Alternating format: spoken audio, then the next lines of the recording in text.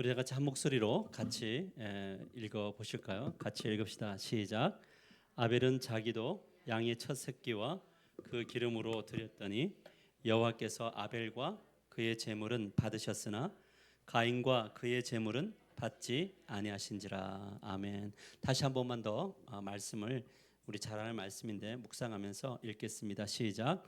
아벨은 자기도 양의 첫 새끼와 그 기름으로 드렸더니 여호와께서 아벨과 그의 제물은 받으셨으나 가인과 그의 제물은 받지 아니하신지라. 아멘.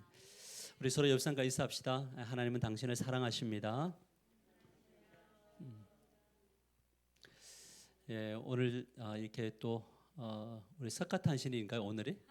예, 또 그날을 또 즈음하여 또 예배자로 서신 여러분 모두를 주님의 이름으로 환영하고 축복합니다. 우리가 뭐 잘 알고 있는 어떤 내용들이죠. 이것은 강낭콩이 싹 터서 자라는 과정인데 이런 모든 어떤 유의 그림들이 우리들에게 주는 메시지가 무엇이냐면 이 살아있는 것, 생명력이 있는 것은 반드시 뭘 내냐면 뿌리를 내리게 되고 또 자라서 결국 열매를 맺게 된다라는 거예요. 그래서 생명력 있는 것이 그냥 이렇게 싹을 틔우는 것이 아니라 반드시 뭐냐면 뿌리와 함께 내려서 또 이렇게 자라고 땅을 뚫고 올라가고 또 잎사귀를 내고 결국에는 열매를 맺더라라는 거죠. 오늘 예배당 들어올 때 보면 나무가 지금 하나도 없었죠. 제가 참 생명 있는 나무를 키워간다는 게 얼마나 게으른 저에게는 힘든 일인지 모르겠습니다. 오늘도 아침에 새벽기도 마치고 전체적으로 다 이렇게 햇볕이 있는 곳을 되도록이면 저희 저 작은 방에도 3개 들어가고 이렇게 옮겼는데 이유가 무엇이냐면 나무가 이렇게 노랗게 이렇게 죽어가고 있더라고요. 물론 이제 여러 가지 요인들이 있습니다. 뭐냐면 햇볕을 보지 못했고 또 이렇게 바람을 제대로 쐬지 못했기 때문에 저 나무가 죽는 것이지만 사실 저렇게 이제 그 인공으로 만들어 놓은 이 화분들을 보면 여러분 이렇게 나무를 이렇게 한번 분갈이 해보셨습니까? 거기에 가보면 뭐가 있냐면 스티로폴들이 한참 위까지 있으니까 제대로 이 그 나무를 심는 분들이 스티로폼을 조금만 밑으로 내리고 높이 조절을 흙으로 좀 채워주셨으면 저게 금방 죽지 않아요. 왜냐하면 뿌리를 나무들이 못 내릴 때 다 죽게 되더라고요. 그러니까 생명력이 있는 것이 뿌리를 내리고 충분히 내려야지만이 뭐냐면 열매를 맺을 수 있다라는 것이죠. 오늘 우리가 함께 나눌 말씀의 제목이 뭐냐면 순종의 씨앗과 불순종의 씨앗이다라는 거죠. 그러니까 우리의 삶에는 보이진 않지만 순종의 씨앗이 우리의 마음밭에 뭐냐면 순종의 씨앗이 심겨줄 수도 있고요. 뭐냐면 불순종의 씨앗이 심겨줄 수도 있다. 그러나 공통적인 것은 뭐냐면 순종의 씨앗을 심어도 뭐냐면 뿌리를 내리고요. 그 다음에 자라죠. 그리고 열매를 맺게 되어 있다라는 겁니다. 그래서 여러분들이 살아가면서 어떤 씨앗을 우리의 심령 속에, 마음 속에, 의지 속에, 감정 속에, 이 지식 속에 심느냐 이것이 참 중요하고요. 그리고 어떤 것이 뿌리를 내리느냐가 중요한 겁니다.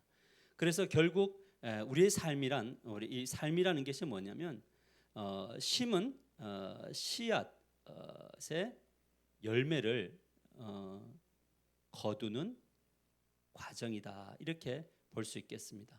삶이란 뭐냐면 심은 씨앗의 열매를 거두는 과정이다. 그래서 특히 하나님 나라의 백성이 된 분들이 순종의 씨앗을 잘 심으면 순종의 열매들, 하나님 나라의 복된 열매들이 맺어지는데 불순종의 씨앗을 심게 되면 불순종의 열매를 거둘 수 있는 건가요? 하나님의 백성이어도 불순종의 열매가 맺어질 수 있나요? 그런가요? 하나님의 백성이어도 지금 우리는 불신자 이야기하는 게 아니고요. 하나님의 백성의 이야기라는 겁니다.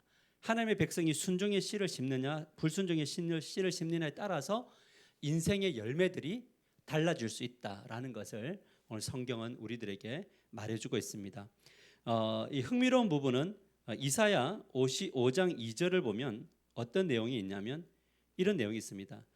땅을 파서 잘 들으십시오. 이사야서 5장 2절에 하나님이 뭐라고 이야기했냐면 땅을 파서 돌을 제하고 극상품 포도나무를 심었도다 이렇게 이야기하죠. 땅에서 돌을 제거하고 죄된 요소들을 모두 제거하고 극상품 포도나무를 심었다는 거죠. 무슨 말이냐면 하나님의 백성은 모두가 다 뭐냐면 처음에 구원받은 자들은 하나님이 어떤 그 나무로 심었냐면 극상품 포도나무 되게 하셨다는 거죠.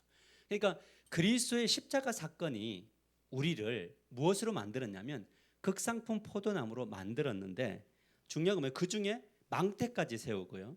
또 그 안에 술틀도 팠도다. 그런데 주인이 좋은 극상품 포도나무를 심었을 때는 좋은 열매를 맺기 위하여서 포도나무를 맺기 위해서 심었는데 좋은 포도 맺기를 바랬더니 들포도를 맺었도다 이렇게 이야기를 해요. 무슨 말이냐면 우리가 그리스도의 보혈을 통해서 극상품 포도나무가 되어도 열매를 맺는 것은 무조건 좋은 열매를 맺는 것은 아니다라는 거예요. 왜냐하면 들포도 나무 열매를 맺을 수 있다라는 것을 성경은 우리들에게 말씀해주고 있는 겁니다. 그래서 구원을 받은 이들 중에는 항상 그 삶의 열매들이 아름답게 맺어지는 분들이 있는가 하면 그리스도인임에도 불구하고 열매가 좋지 않은 분들이 있죠. 그래서 어떤 분들은 성령의 열매들을 자꾸 맺어가는 분이 있는가 하면 성령의 열매하고 반대적 열매를 맺어가는 그리스도인들이 있다라는 것을 우리가 늘 기억하셔야 되는 겁니다. 그래서 내가 구원받은 자인데 나의 삶 속에 어떤 열매를 맺어가고 있는가는 뭐가 결판을 맺냐면 순종의 씨를 심느냐 불순종의 씨를 심느냐라는 거예요. 그래서 말씀을 들을 때 부딪히지만 그래도 내가 순종하겠습니다라고 그 씨앗을 심으면 그것에 순종이 자꾸 뿌리를 내릴 수 있도록 기도하고 스스로 하나님 앞에 서고 하나님 앞에 자신의 통치받을 수 있도록 내어놓으면 뿌리를 내려서 아무리 어려운 것들이 있어 뚫고 나와서 결국 순종의 열매들, 복된 열매들을 맺게 될 줄 믿으시기를 바랍니다. 그래서 우리의 가정이 누군가가 순종의 열매들을 순종의 씨앗을 심어 나가면 가정 안에 반드시 좋은 열매가 맺어지게 되는 것이 정상이다라는 거죠. 오늘 이 자리에 참석한 여러분들의 가정이 지금까지 그려왔던 것처럼 앞으로도 더욱더 좋은 열매들이 풍성하게 맺어지는 여러분의 가정이 되기를 주님의 이름으로 간절히 축복합니다. 교회가 어떤 열매를 맺느냐는 교회 구성원 지체들이 얼마만큼 하나님의 말씀에 순종의 걸음을 내딛느냐에 따라서 그 교회의 열매와 결실들이 달라질 수 있다라는 것도 우리가 늘 기억하게 되기를 간절히 소망합니다. 위로가 되면서 좀 모순적이고 이런 어떤 표현들이 있습니다. 그것이 바로 무엇이냐면 그것은 하나님은 당신을 있는 그대로 받아주신다. 이거 많이 들어보셨나요? 이 말이 위로가 되죠. 있는 모습 그대로 받아주신다. 그러니까 이때 언제 이 말이 언제 은혜가 되냐면 별로 기도하지 않고 있는데 누군가가 와서 괜찮아요 집사님, 하나님은 있는 모습 그대로 사랑하세요라고 하는 거. 우리 누군가가 죄를 짓고 넘어졌는데 우리가 누군가에 가서 그런 이야기하죠. 괜찮아요. 하나님이 있는 모습 그대로 사랑해 주십니다라고 하는 것. 위로가 되나요? 이건 사실인가요? 대답을 해보세요. 사실인가요? 하나님 있는 모습 그대로 사랑하시나요? 예, 맞죠. 사랑하시죠. 그런데 또 때로는 있는 모습 그대로 받지 않으실 때는 사랑은 하세요. 사랑은 하시는데 다 받아주시는 것은 아니다라는 것이 성경의 이야기입니다. 물론 최종적으로는 우리는 죽어도 천국인가요? 그런 모습으로 보면 십자가 사건이 우리를 천국으로 인도하는 측면에서는 다 받아주시는 거 맞나요? 그러니까 이 땅에서의 문제, 이 땅에서는 뭐냐면 우리를 있는 모습 그대로 하나님이 늘 원하시는 것은 아니에요. 받아는 주시지만 원하지는 않습니다. 여러분 제가 자주 표현하지만 갓난 아이가 태어났는데 있는 모습 그대로 사랑스러운가요? 근데 10년이 지나도 그대로면요, 20년이 지나도 그대로면 그 있는 모습 그대로 여러분 물론 받겠지만 마음이 아플까요? 하나님은 뭐냐면 여러분들 있는 모습 그대로 사랑하시지만 있는 모습 그대로 있기를 원하시는 분은 아니세요.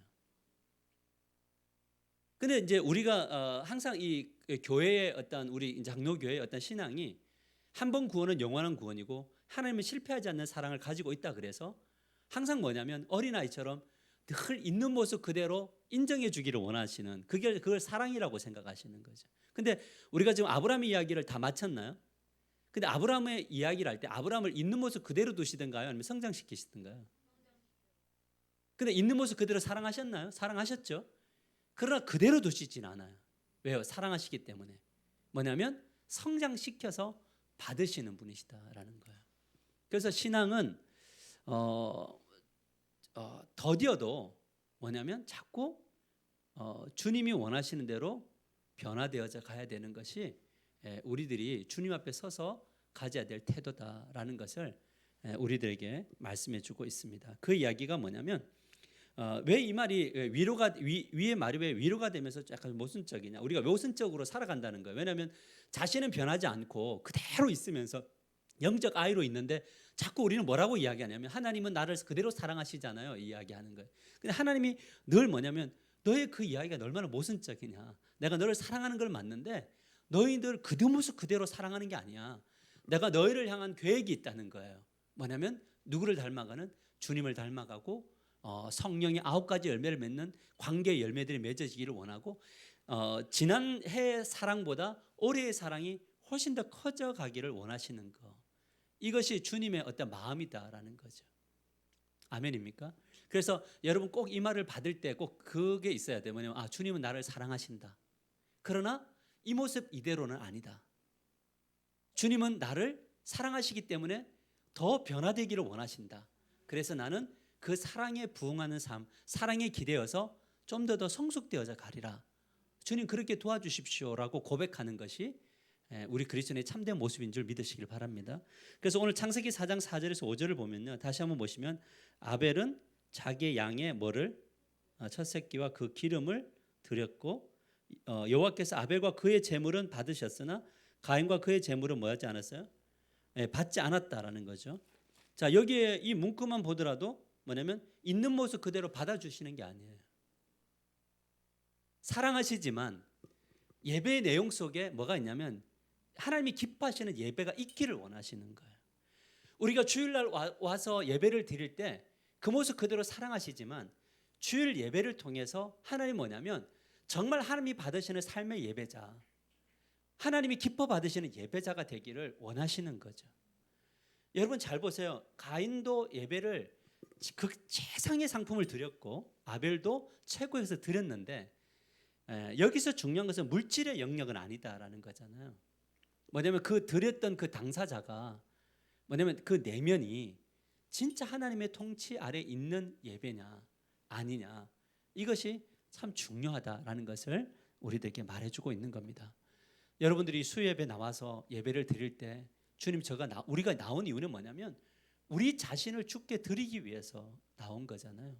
그렇죠? 우리 자신을 드리기 위한 나옴. 그래서 우리 안에 주의 은혜 없이는 우리가 걸어갈 수 없는 자임을, 주님 주신 사명을 감당하기 위해서 저는 이 은혜가 필요함을, 그것을 진실로 주님이 필요하다는 것을 인정하는 그 예배를 받으실 때 하나님께서 우리 예배를 받으신다라는 거죠. 그래서 우리가 꼭 기억하시길 바랍니다. 모든 예배를 다 받으시는 것이 아니다. 아멘인가요? 그래서 하나님이 받으실 만한 예배가 되게 해달라고 늘 기도하는 마음으로 예배자에 서시기를 주님의 여러분을 간절히 축복합니다. 그래서 예배가 언제부터 진짜 예배는 어디서부터 시작된다 그랬죠? 월요일 아침 예배를 드리고 나간 이후부터 진짜 예배가 시작되어지는 거예요. 그래서 내가 예배를 참 잘 드렸습니다, 은혜를 받았습니다가 어디로부터 은혜가 증명되냐면, 그 은혜 받음이 증명되냐면 예배당을 나가서 그 현장으로부터 나를 가장 잘 아는 그곳으로부터 뭐냐면 하나님을 인정하는 예배가 시작될 때, 그때 뭐냐면 우리 주일의 예배, 수요일의 예배가 은혜를 받은 예배가 된 줄 믿으시기를 바랍니다. 아멘이죠. 그러니까 우리가 늘 이 기도를 주 앞에 드려야 된다. 그렇다면 보시면 뭐냐면 무엇이 이런 차이를 만들어냈냐면 히브리서 기자가 해석하기를 믿음으로 아벨은 가인보다 더 나은 제사를, 더 탁월한 제사를 하나님께 드렸다 이렇게 말하고 있죠. 그러니까 예배가 똑같이 드려지는 예배 속에서도 하나님 볼 때는 뭐냐면 더 나은 예배가 있다는 거예요. 가인과 아벨이 동시에 예배를 드렸을 수도 있어요. 맞죠? 왜냐하면 그 동생의 제물은 받으신 것을 가인이 봤기 때문에 한날 같이 예배를 드렸는데 그 예배를 가시적으로 주님이 표현해 주시기를 뭐냐면 아벨의 제물은 태우시고 가인의 제물은 안 태우셨단 말이에요. 안 받으셨단 말이죠. 그러니까 뭐냐면 예배가 더 나은 예배가 되어 있다는 거죠.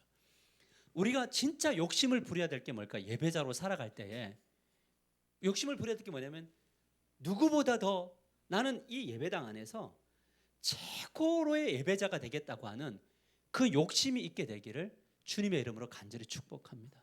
그 욕심을 가져도 뭐냐면 예배드려서 더 많은 것을 얻겠다가 아니라 다른 사람보다 더 좋은 결과물을 만들어 가겠다가 아니라 하나님께서 진짜 인정하시는 하나님 볼 때 너의 예배는 이 예배 중에서 최고의 예배였어 라고 하는 우리 하나교회 예배가 이 부천 안에서 최고의 예배야 라고 하는 그 거룩한 욕심이 우리들에게 있게 되기를 주님의 이름으로 간절히 축복합니다. 이것이 굉장히 중요해요. 그러면 더 나은 제사란 어떤 거였을까? 어떤 예배가 더 나은 제사일까? 여러분 모든 짐승은 다 뭔가 이렇게 겉에 두른 게 있나요? 짐승들이 보면 그 몸을 덮은 게 있죠. 네 발 짐승들은 대부분 다 털이 있나요? 맞죠? 물고기도 비늘이 있나요? 그다음에 그 새도 깃털이 있나요? 근데 이상하게 인간은 머리털밖에 머리털하고 뭐 조금 이런 겨드랑이 털 이런 거밖에 없어요. 대부분 다 알몸이에요. 그 동물은 다 덮었는데 인간은 알몸이잖아요. 그런가요? 이 차이가 왜일까? 그러면 인간은 도대체 창조된 인간은 무엇으로 덮었을까? 이것을 이 시편 8편 5절에 뭐라고 이야기하냐면 영화의 관으로 씌우셨다 이렇게 이야기해요. 모든 동물들은 외적으로 보이는 털이 있고 비늘이 있고 뭐 이런 걸로 채웠지만 인간은 이 시야로 볼 수 없는 시각적으로 볼 수 없는 하나님께서 영화롭게 하는 영광스럽게 하는 관을 머리에 이렇게 씌워주고 있었다라는 거죠. 이 관을 씌우다는 것은 에워싸다 둘러싸다니까 뭐냐면 머리에 관을 썼지만 전체를 다 뒤덮고 있는 그 무엇인가의 입혀짐이 있었다는 거죠. 가시적으로는 보이지 않는 하나님만이 볼 수 있는 벌거벗었으나 부끄러워하지 않는 뭔가 당당한 다른 동물들이 씌워진 것이 눈에는 없어도 당당한 그 하나님으로부터 받은 영광스러운 관을 씌움 받았다라는 거죠. 그렇기 때문에 창세기 2장 25절에 뭐냐면 아담과 하와가 벌거벗었으나 부끄럽지 아니하였다 이렇게 이야기하는 거죠. 그런데 죄가 오면서 이 영화로운 관을 벗겨버리니까 진짜 이 벌거벗음이 부끄러운 것이 되어졌다라는 것을 말하고 있습니다. 근데 그들의 뭐가 밝아지면 눈이 밝아졌다라고 이야기를 하거든요. 그랬을 때 그들이 뭘로 가렸다 그랬죠? 나뭇잎으로 가렸다 그랬죠. 이건 뭐냐? 자기가 인위적으로 뭐냐면 이 모든 것들을 감추는 거예요. 그런데 하나님께서 아담과 하와를 쫓아내실 때 뭘 입히셨나요? 그 나뭇잎 대신에 가죽옷을 입혔나요? 가죽옷의 의미가 뭡니까? 나를 대신하여 희생당함이잖아요. 내가 지금 이나마 살 수 있었던 것이 죄를 지으면 사망인데 이렇게 지금 살고 있는 내가 하나님이 나를 대신하여서 희생의 제물에 옷을 입히심으로 나는 지금 살아가고 있구나에 대한 이 겸손의 태도를 이 아담과 하와는 가지고 있었고요. 결국 이 가인과 아벨의 제사가 더 나은 제사는 뭐냐면 가인은 항상 자기 의로운 옷을 입었어요. 자기의 의의 옷을 입었다고요. 내가 열심히 농사했고 내가 열심히 길렀고 내가 열심히 한 것을 가지고 하나님 앞에 드린 건데 이 아벨에 드렸던 예배는 뭐냐면 내가 열심히 살았지만 가죽옷이라고 하는 그 은혜 하나님께서 은혜를 주심으로 내가 열심히 살 수 있었다라고 하는 그 신앙의 고백을 가지고 온 거예요. 우리가 주님 앞에 나와서 예물을 드리고 헌신하고 봉사를 할 때 만일에 우리가 내가 열심히 하고 내가 노력하고 내가 이만큼 했다고 하는 그것을 가지고 오면 그것은 가인의 제사일 수 있는 거예요. 그 사람이 아무리 많은 것을 가지고 와도 하나님이 가인과 그 제물을 받지 않는 거예요.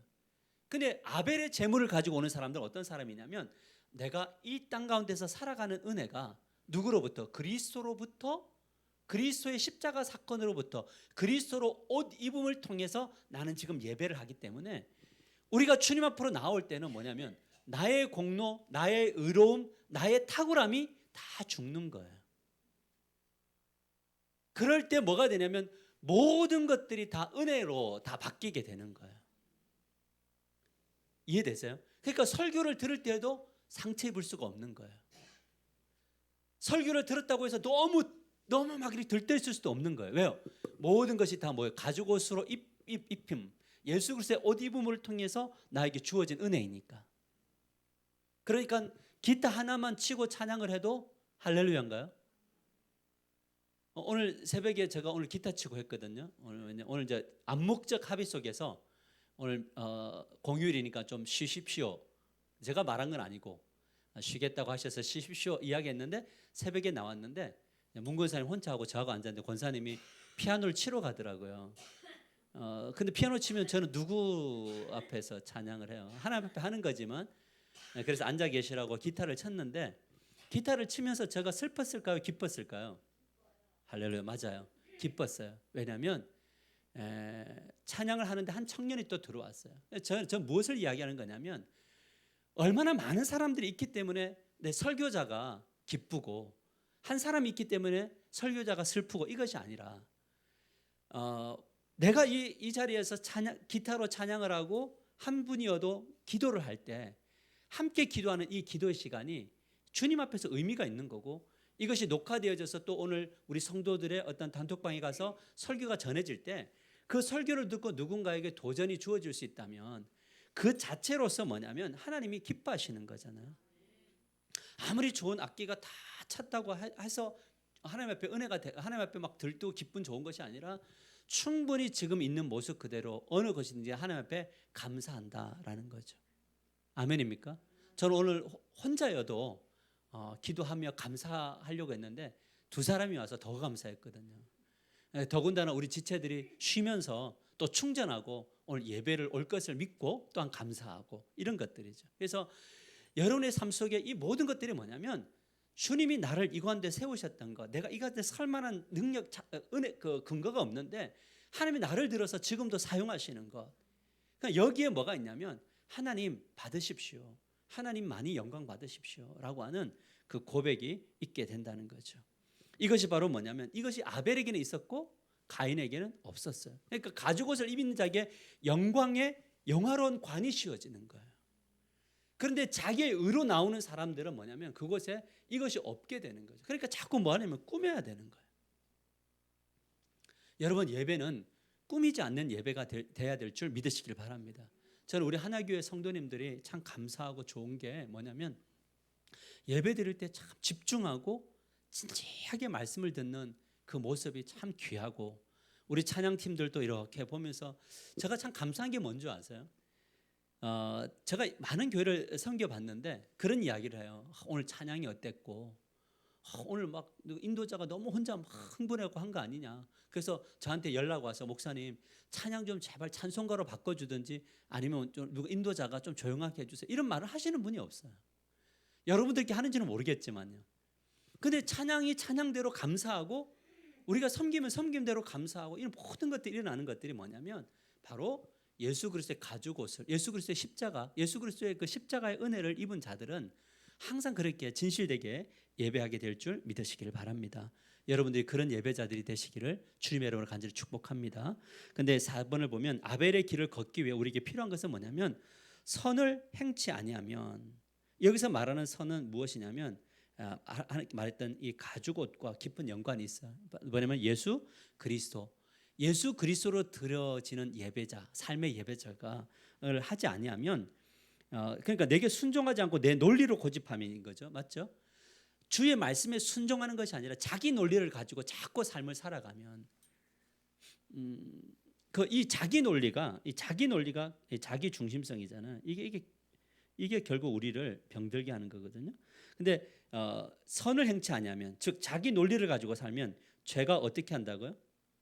문 앞에 엎드린다 이렇게 이야기해요. 문 앞에 우리의 삶의 앞에 항상 우리의 삶의 현장에 엎드려져 있는 거죠. 그 죄의 소원은 내게 있으나 너는 죄를 뭐 하라고요? 죄를 뭐 하라고요? 다스려야 된다. 죄는 다스려야 된다. 죄는 뭐 하는가 하면 다스려서 끌고 가고 끊을 거 끊고 물리칠 거 물리치고 가는 게 죄지. 죄는 피해서만 되는 것은 아닌 줄 믿으시기를 바랍니다. 아멘이죠. 여러분, 사단이 아예 이게 보호하는 장신구가 없으면 공격을 안 해요, 성도들이. 근데 어떤 분이 자꾸 믿음의 방패 있다고 하고 구원에 대해서 이야기하고 나는 구원의 확실성에 구원의 투구 쓰고 막 그 의의 흉배를 나는 의롭게 되어졌고 믿음의 방패를 가지고 있고 이러면요, 사단이 어떻게 하면 그래 너의 믿음이 얼마나 되는가 한번 보자라고 계속 두들겨요. 그래서 은혜 받았다 그러면 사단이 그래? 너가 얼마나 은혜 받았는지 한번 보자 해가지고 공격을 해요. 그런데 그 은혜가 아무것도 아님을 우리는 알잖아요. 똑같은 거 몇 번만 공격하면 다 넘어지나요? 그래가지고 좀 덜 넘어지면 어떻게 해요? 간증을 어떻게 해요? 난 조금 더 견뎠다고 이렇게 해요. 그래서 사단이 뭐라면 너 견뎠어? 또 한 번 해볼게. 또 공격해 오는 거예요. 우리는 성령의 검을 가져야 되잖아요. 싸워서 이겨야 된다고요. 죄는 이기는 거예요. 아멘입니까? 혈과 육이 아니라 공중권세 잡은 자와 싸워서 이겨야 돼요. 은혜가 떨어지면 뭐냐면 하나님 요즘에 은혜가 떨어졌습니다. 그럼 뭐 해야 되냐면 은혜 받으려고 몸부림쳐야 돼요. 왜? 어느 부분을 쳐서 어느 부분에서 은혜가 떨어진 것을 사단이 잘 알고 공격했고 넘어졌기 때문에 거기에서 다시 이겨서려면 뭐냐면 말씀의 검 딱 들고 믿음의 방패 가지고 의의 흉배 붙이고 뭐냐면 구원의 투구 쓰고 진리로 허리를 띠고 그렇게 해서 전신갑주를 입기 위해서 하나님 앞에 나와서 하나님 제가 하나님 앞에 참된 선을 행하기를 원합니다. 도와주십시오. 나의 의가 있습니다. 여러분이 자기의 논리 이것이 결국 우리를 망해요. 이렇게 돼야 되는 거 아니야? 목사님은 이렇게 해야 되는 거 아니야? 장로님은 이렇게 돼야 되는 거 아니야? 집사님은 저렇게 해야 되는 거 아니야? 우리 아들은 이렇게 돼야 되는 거 아니야? 모든 것들이 다 자기 논리 속에 빠져 있는 거예요. 그것을 사단이 눈앞에 딱 있다가 그 자기 논리에 맞지 않는 일들을 보게 해주는 거예요. 그러니까 은혜가 떨어지면요, 뭐가 되냐면 자꾸 자기 중심 속으로 모든 것들을 보게 되어져 있어요. 아니 평소에 똑같이 하고 있는데도 뭐예요? 저 사람은 기분이 나쁜 거예요. 자기 중심선 안에서 틀린 거잖아요. 그러니까 이러니까 뭐가 되냐면 우리가 항상 뭐냐면 자를 다스릴 수가 없는 거다라는 것을 우리가 보는. 그래서 보여질 때에 우리가 성령으로 충만하고 말씀의 검을 가지면 뭐냐면 뭔가 판단하려고 딱 들어가려고 할 때 뭐부터 하게 되냐면 그 자리를 멈추고요. 기도의 자리로 딱 들어와서 하나님 여기서 내가 해야 될 게 뭡니까? 물으면 하나님이 그것을 어떻게 대처해야 되는가를 명확하게 보여주세요. 그럼 명확하게 보여준 대로 뭐 하면 되는 겁니까? 우리는 순종의 걸음을 내딛으면 그때 죄가 다스려져요. 그래서 우리가 지난주에도 사랑의 이야기할 때 사랑은 뭐냐면 감정을 따라서 가지 말고 뭘 따라서 가라고요? 의지로 가면 감정이 뭐 한다고요? 따라오는 거예요. 그러니까 순종을 하면 그 다음에 우리가 이해되지 못했던 것들이 다 해석되어지고 다 문제가 아닌 것들이 되어지게 될 줄 믿으시길 바랍니다. 그래서 문 앞에 엎드려 늘 가까이 있다는 말이에요. 가까이 있는 그 죄들을 다스리시는 저와 여러분이 되시기를 주님의 이름으로 간절히 축복합니다. 그래서 넘어질 수 있나요? 그러면 주일날 와서 정말 간절히 예배드리세요. 정말 사모하는 마음으로 기도할 때 기도하세요. 그때 하나님께서 놀랍게 여러분에게 은혜 주시고 힘도 주시고 이길 힘을 주실 줄 믿습니다. 그래서 어떤 분이 그런 간증을 자주 해요. 무슨 자주 하냐면 나와서 말씀을 들으니 힘이 났습니다. 이렇게 이야기를 해요. 근데 그게 진심이에요. 그분에게는. 왜냐하면 말씀의 검을 가지고 살아갈 때는 내 논리가 사라지는데 말씀의 검이 사라지면 자기의 논리가 들어와 자기 논리의 칼이 생긴다고요. 그래서 이 자기 말씀, 자기 논리의 칼을 가진 사람들은 이 논리를 가지고 뭐냐면 칼질을 하고 다니게 되어져 있다는 거예요. 그런 걸 할 수 있는 위치가 어디냐면 제가 그 위치에 있는 거죠. 왜냐하면 가르치고 있으니까 딱 볼 때 저 집사람 왜 이러지 하고 칼질 탁 하고 저 집사람 왜 칼질하고 이렇게 나가면 문제가 해결이 안 돼요. 그래서 칼질을 하고 싶을 때 자기 논리의 칼을 딱 내려놓고 하나님 지금 저 논리는 이런 것 같은데 하나님 이 가운데 어떻게 했으면 좋겠습니까? 라고 뭐 할 때 주님 앞에 기도하고 나아갈 때 하나님이 놀랍게 역사하시는 것을 보게 됩니다. 그래서 우리의 삶 속에서 가장 버려야 될 것이 뭐냐면 내게 순종하지 않고 내 논리, 너의 논리를 고집하면 이게 선을 행하지 않는 거예요. 여러분 생각 없이 살아가라는 말이 아닙니다. 생각이 있고 나의 생각대로 칼질을 하고 싶을 때 그때는 항상 기억하십시오.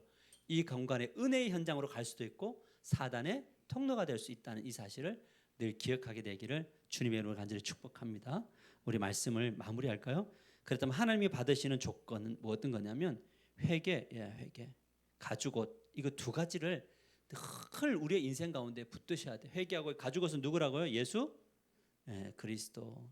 또 그리스도로 가죽옷을 입는 것, 예수 그리스도로 입는 것. 그래서 너희가 육신의 옷을 벗고 예수 그리스도로 옷 입어라 이렇게 이야기해요. 자기 논리를 벗고 이게 회개죠. 그 자기의 논리의 칼을 던지고 이게 회개예요. 그리고 뭐냐면 그리스도에게로 가는 거예요. 거기에서 뭐냐면 하나님의 주권을 인정하게 되고 그분을 따라서 살아가게 되면 뭐냐면 이 세상에서 그 어떤 것 가지고도 넘어지지 않고 승리하시는 저와 여러분이 되게 될 줄 믿습니다. 우리가 끝까지 뜨거울 수는 없어요. 뜨거웠다가 차가워질 수도 있는데 그럴 때마다 우리가 기도해야 될 게 뭐냐면 하나님 진리가 나를 이끌게 해주십시오라고 하는 거예요. 그래서 감정은 사실은 그 끝이에요. 감정이 이끌어가면 자기 논리가 펼쳐져가요. 그러니까 감정 다음에 뭐냐면 앞에 써야 될 게 뭐냐면 지식이고 지식 앞에 써야 될 게 뭐냐면 의지예요. 그래서 의지가 지식이 감정을 이끌어가게 하면 이 사람은 진짜 성숙되게 되어져 있어요. 근데 감정이 1번이 되고 지식이 2번이 되고 의지가 3번이 되는 이런 사람들은 절대 뭘 할 수 없냐면 회개가 어려워요. 회개를 막상 한다 하더라도 감정이 동하면 회개를 하게 되어져 있습니다. 그런데 하나님 앞에서 진짜 주권에 순종하는 사람은 순서가 달라지죠. 의지와 그 다음에 지식과 그 다음에 뭐가 감정 이렇게 따라오죠. 의지가 제일 앞에 서 있어요. 그래서 기분 나빠서 기도하고 기도하기 싫어서 기도하고 예배하기 싫어서 예배하고 말씀 읽기 싫어서 말씀 읽어. 이 말이 이해되세요? 우리는 어떻게 해요? 예배하기 싫은 감정이 생기면 예배 안 하고 기도하기 싫은 감정이 오면 뭐 안 하고 기도 안 하고. 그러니까 모든 것들이 감정대로 처져요. 우울하니까 기도 안 하고 절망 주기에 있으니까 기도 안 해요. 그러니까 이거는 전부 다 뭐에 속 감정이 다 속아 넘어가는 거예요. 아니 원수인데 어떻게 사랑해? 이것이 아니라 신앙은 자꾸 훈련이라 그랬죠. 뭐냐면 우울해서 뭐냐면 기도하러 가고 내가 정말 기도할 힘이 없어서 누워서 기도하고 늘 그렇게 우리의 현장으로 흘러가는 이 기도를 하게 되면 자연스럽게 지식이 이제 따라와져요. 내가 그랬지. 지난번에 설교를 들을 때, 지난번에 제자 훈련할 때, 말씀을 읽을 때 괴로울 때 주님의 얼굴을 보라고 했지. 맞아. 지식을 따라가 봐야지 라고 했는데 가가지고 주님을 만나고 나니까 이 감정이 뭐냐면 변화되어져요. 이런 은혜가 오늘 이 밤에 저와 여러분에게 주어지기를 주님의 이름으로 간절히 축복합니다. 그래서 주님 앞에 매달리는 거예요. 언제까지? 내가 이 의지가 나를 이끌어가게 해달라고 하는 그날까지. 그래서 자연스럽게 이렇게 할 때 툴툴 털고 뭐 하러 오냐면 하나님 앞에 나오는 거예요. 그래서 내가 서 있는 그곳에서 주님을 인식한다는 것이 결코 쉽지 않잖아요. 그죠? 그러나 뭐냐면 나의 이 감정과 상황에 상관없이 자꾸 주님 앞에 주의 이름을 부르는 훈련들, 주님을 찾는 훈련들, 그리고 중보기도를 요청하는 그런 훈련들, 예배하는 훈련들 이런 것들 쌓을 때에 하나님께서 저와 여러분에게 놀라운 은혜를 주실 줄 믿습니다. 그래서 그런 순종의 걸음을 자꾸 내딛다 보면 어느새 믿음의 뿌리가 쫙 내려져 있어요. 그래 믿음의 뿌리가 내릴 때는 사실은 잘 보이지 않잖아요. 믿음의 뿌리가 내리는 건 잘 보이지 않는데 나중에 이것이 뚝 올라가서 어떤 이제 바람 같은 것들이 불고 어려움이 올 때에 믿음의 뿌리가 있는 사람들은 흔들리지만 딱 서요. 그런데 이 순종의 걸음을 뿌리가 없는 사람들 흔들리면 다 어떻게 되어버려요? 다 쓰러져 버려요. 그래서 우리의 순종의 열매들이 금방금방 나타나지 않는다 그래서 여러분 좌절하지 마세요. 그것은 뭐냐면 순종의 걸음을 내딛는 것은 뿌리를 내리는 작업들을 하고 있는데 나중에 진짜 어떤 상황이 와도 딱 샬롬을 유지할 수 있는 능력을 주시기 위해서 하나님의 저와 여러분들을 이끌고 계심을 믿으시기를 바랍니다. 오늘 순종하며 나오신 여러분, 우리 찬양하면서 나아갈 때 정말 주님 앞에 온전히 서기를 원합니다.